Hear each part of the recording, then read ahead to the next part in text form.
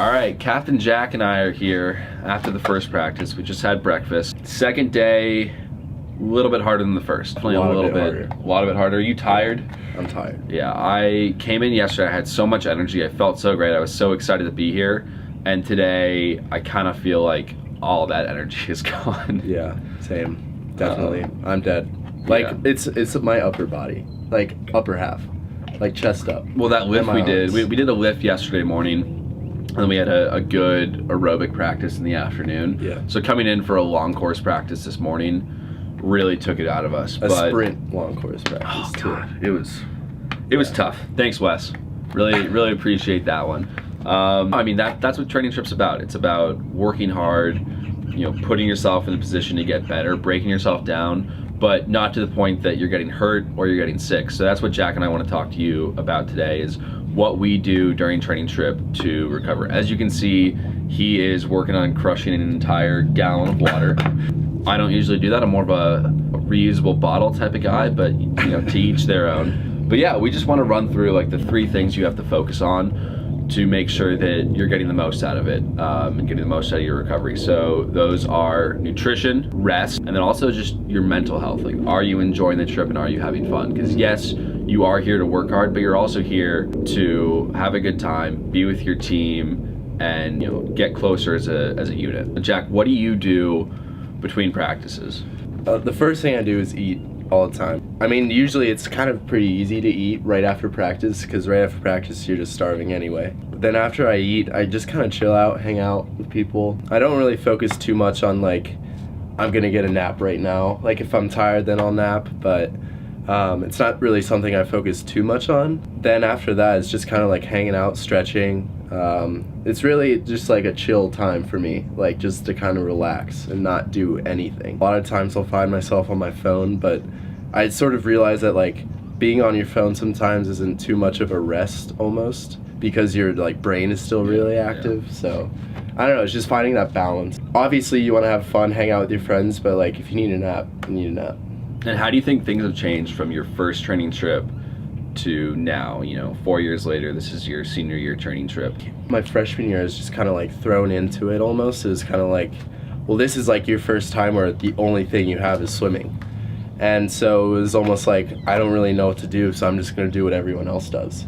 But now I sort of grasp what I know about my own body better. So I know that like I need to stretch more. It's something I'm not really good at, something I never did freshman year, but it's something I do a lot now. Roll out, stretch, lacrosse ball, that's big. Especially as we get older, you start to notice how important the recovery is. Yeah. And if you look at any pro athlete, you know, who has really been in their sport for a long time, like, you know, a Michael Phelps, a Tom Brady, like a LeBron James, they will say recovery is as important as the actual training. I feel like I spend as much time focused on the recovery aspects of my training as I do on the actual in the pool or in the weight room. It can be tough, you know, when you're on a training trip. So you know, you want to be outside, you want to be in the sun. You know, we used to go to Puerto Rico and you know, we'd go to the beach, and that can be really detrimental to your recovery. Yeah, it's fun. Absolutely, but sitting out in the sun is probably the worst thing that you can do. And I'm not saying don't go to the beach, but what type of stuff are you typically eating? Because it can be so easy to just go to the grocery store, go to the hotel buffet, and pile on, you know, cinnamon buns, goldfish or Cheez-Its or cookies, whatever it is. How do you stay focused on it? Like, these are the foods I need to have. I think the important thing for me is the snacks. The pretzels, bananas, small salad maybe. Sure, you're gonna have your main meals. Those small snacks, that's what's gonna get you through the end of a practice. In the past, I've worked a lot with our former nutritionist, Clint. Shout out to Clint.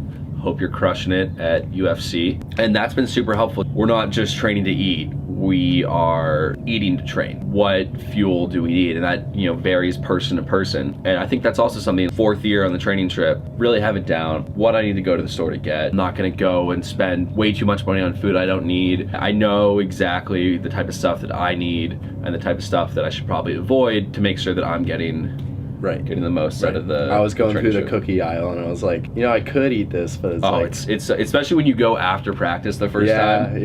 And you're like hungry and it's like, never go grocery shopping hungry. It's terrible, especially after swimming for 4 hours a day and then lifting. So obviously when you're traveling somewhere, you don't have the same luxuries as when you're at your home pool and you've got the full trainer set up, you've got rollers and ice baths and stretch cords and bands and everything. So I found that just bringing a tennis ball or a lacrosse ball is like the most versatile tool I can bring for a training trip, because it's big. It's small. And it's like perfect. You don't need that huge like big styrofoam thing. I mean, that's great, don't get me wrong, but like for a training trip, like a lacrosse ball is gonna do you just as good. It's all about working with what you have. We have a golf ball in there. We just got a golf ball from the field. And the last thing we want to talk about is the mental side of it. Are you having fun? Like obviously we can just come in here and swim 4 hours a day, and it could end up being miserable. You want to go through this and you want to have fun during it, so you can go back almost like with a renewed vigor and sort of end the season off on a good note. You don't want to come in halfway through, just tire yourself out, get yourself totally burnt out. So we want to talk about having fun, sort of letting go almost of the swimming. Like maybe you have a bad practice or something like that. How are you gonna refocus for the next practice? That's what's great about a training trip. We had a great energy yesterday, and I'm sure as this goes on, like it's gonna start to die down a bit, but I think in between practices is really important to sort of talk to people, hang out, play games. We had a barbecue yesterday. That was a lot of fun. Yeah, that it was just really, like the really whole nice. team was around. We had a hot tub session, just stuff like that. Very small stuff helps your mood out, and then when it helps your mood out, it's gonna help your swimming. Yeah, I think my freshman year, biggest difference from then to now is I was so laser focused on the swimming side of things that I missed out on a lot of the classic training trip things that would have made it a lot more fun for me. And I came out of that just feeling really, really tired and bogged down. And like you said, it's a springboard for the rest of the season for your conference meet. And if you go in with the mentality that you're here for the team, and what happens in the pool stays in the pool. When you're in the pool, work hard. You're focused on being there. Yep. You're outside the pool. If you had a bad practice, let it go. You're gonna have 9, 10, 11 more. Yeah, seriously. Over the course of the training trip, and not every single one is gonna be great. So making sure that mentally you're having a good time. And it sounds so cliche, but it's huge to spend that time with your team. Oh yeah. If you're close with the team and you're in that hard practice, it may not be you that day that is the person that's really on their game, but if Jack is crushing the practice and he's there cheering for me, that's gonna make me go a lot faster when I really don't want to, and that happens more times than I can count. It's really important to recognize that this is a time when you're essentially a professional athlete. Like you have a week, 2 weeks, 3 weeks, whatever it is, to train and be focused on training. But you're also here with some of your closest friends, so enjoy that, make the memories, and you're gonna have a successful training trip if you do that, and you're gonna recover well. Yeah. But yeah, I think that's it. Yeah. Nutrition, rest, and have a good time with it. You do those 3 things, you're gonna have a good training trip.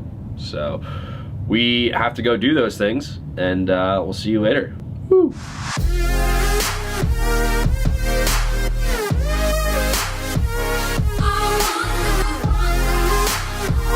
People golfing behind it. I haven't seen anyone. No. I think this might be the back 9. People probably don't make it out here. People here Get too pissed off.